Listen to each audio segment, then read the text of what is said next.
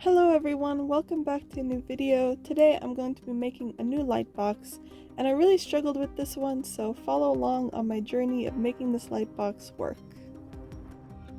So a while back I made this scrap collector light box where I designed a post-apocalyptic character and world. I really loved the idea and the light box turned out well, so I wanted to make another one in this world with this character.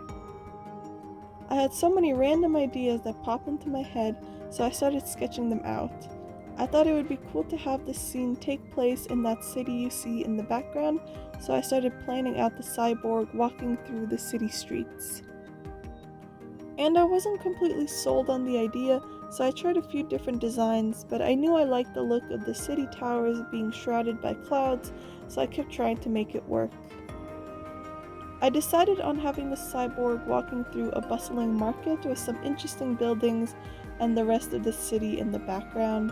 So I went and looked up all different kinds of architecture to find inspo and settle on a style for all of the buildings so they would be cohesive.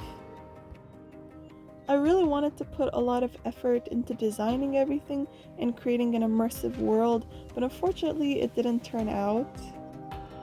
I tried creating characters and buildings, but I hated it all and I felt like it looked so stupid, so I changed angles.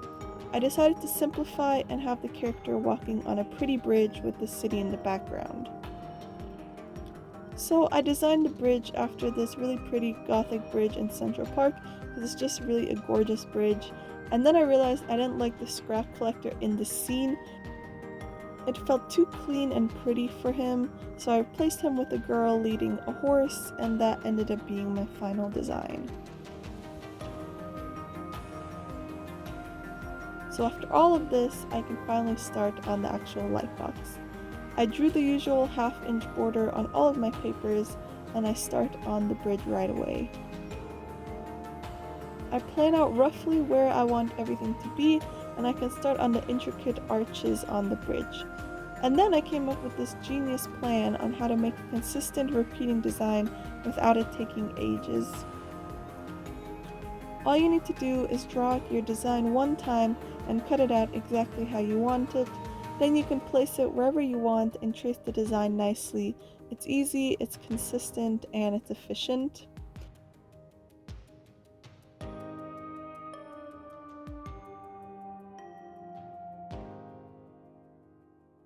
So I used that technique to add all of the arches in on the bottom of the bridge.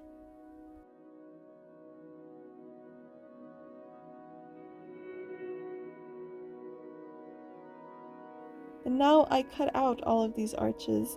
I took my time and I worked really slow. I wanted the lines to be really crisp and clean. It took quite a bit of time, but it was definitely worth it.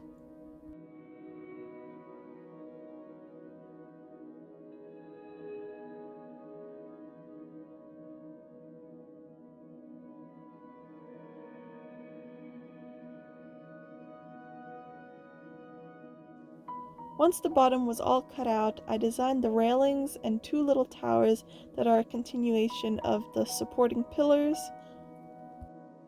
I thought it would be interesting to leave out some of the railing in the middle of the bridge, so it will be easier to just see the characters later on, because there's no railing in front of them hiding them from view. I used the same trick as before for the repeating railing pattern, and I designed the towers and finished cutting out the bridge. All of this was inspired by Gothic architecture, which I think is really pretty, so yeah.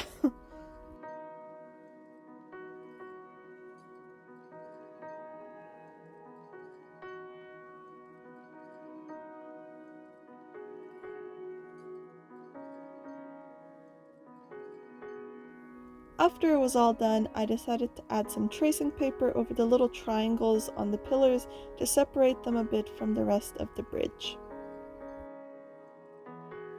And now that the bridge is done, I can start on the background. I have to make a bunch of clouds, and I'm using sketching paper to let more light shine through and to create a brighter look.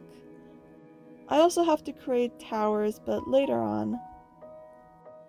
And this part is pretty boring, so while I'm working on this, let me tell you the story of this light box. Once upon a time, in a land far, far away, there was a kingdom. It was ruled by a wise and strong king who had ruled for decades. The queen had died many years ago, but he had a daughter who he loved more than anything in the world. Unfortunately, one of the neighboring kingdoms decided to wage war on them, and there has been a conflict for many years. Because of the war, the kingdom started to grow weaker and weaker. The king saw that his options were running out, so he desperately sent an offer to their enemy. They could save the kingdom by marrying his daughter off to the enemy king and merging their lands. The offer was accepted, and his daughter was agreed to be sent over the next day.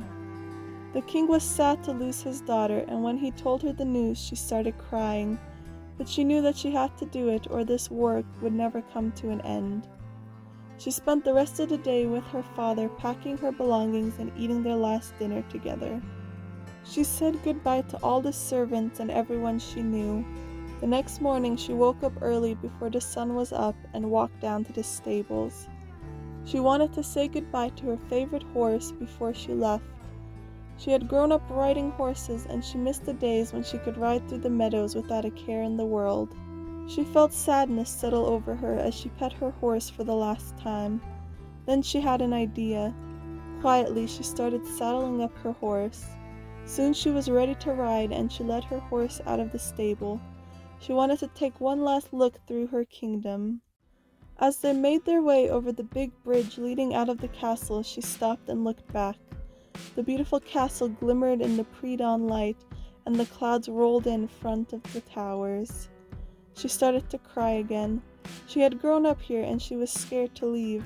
She quickly looked away and mounted her horse and started riding down the main road. She rode through the main city where she had often come with her father for fancy events and celebrations. She remembered always loving seeing the people walking through the streets and the bustling markets. She would miss this. By the time the sun rose, she was out of the city and was heading for the countryside. She passed houses on little farms and beautiful mountains and rivers. She passed the field where she had ridden her first horse and fallen off. She laughed a little at the memory and made her way up the mountain path to the next town over. As she wound her way up the road, she stopped and looked back. She could see the valley behind her with the castle glimmering in the back, and the towns and farms sprawling across the rest of the valley. It was very beautiful. She could see smoke rising in the far distance. That's where the war was. She knew that many villages had been burned in battle, and it was spreading closer and closer to home. She realized how desperate her father must have been to make this offer. She stood there breathing in the cold air and knew that no matter how sad she might be to leave, she had to. It was more important to protect her people. She felt comforted by the fact that the war would now be over for good. She decided to head back. They would have to leave soon, and she didn't want her father to worry. She turned her horse around, and as she rode back to the castle, she felt determined to make things right.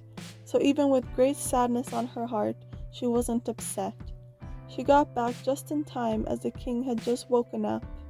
She snuck back in without getting noticed, and later that day she was sent off to live her new life. So that was the story I came up with. I hope you liked it. I kind of struggled with coming up with it.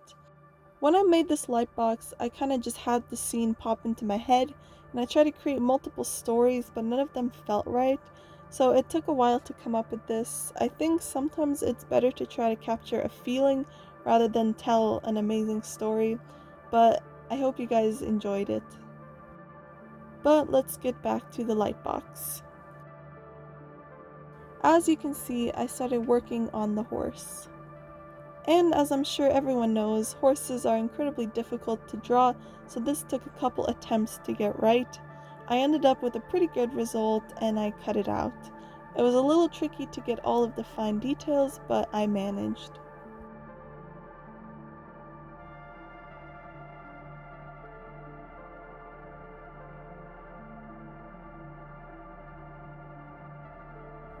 Then I started drawing out the princess and the saddle, bridle, and other little details.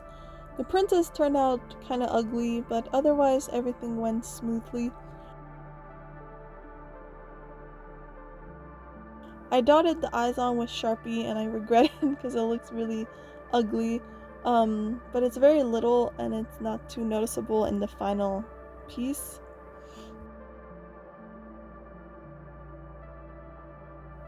I attach the horse to the bridle and glue the saddle on, and then they're done so I can carefully glue them in place on the bridge.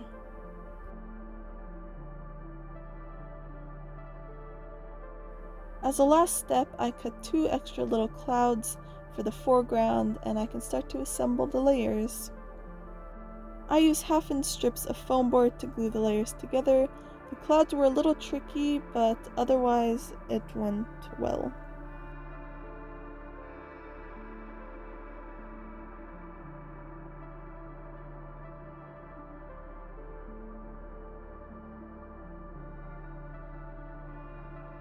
Then I glue tracing paper over the back and it's done.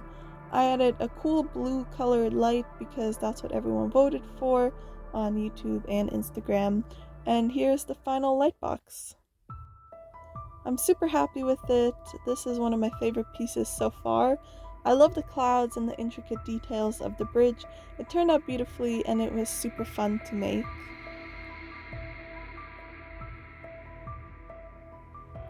But let me know what you think down below. If you enjoyed this video, please subscribe, and I will see you next time. Bye!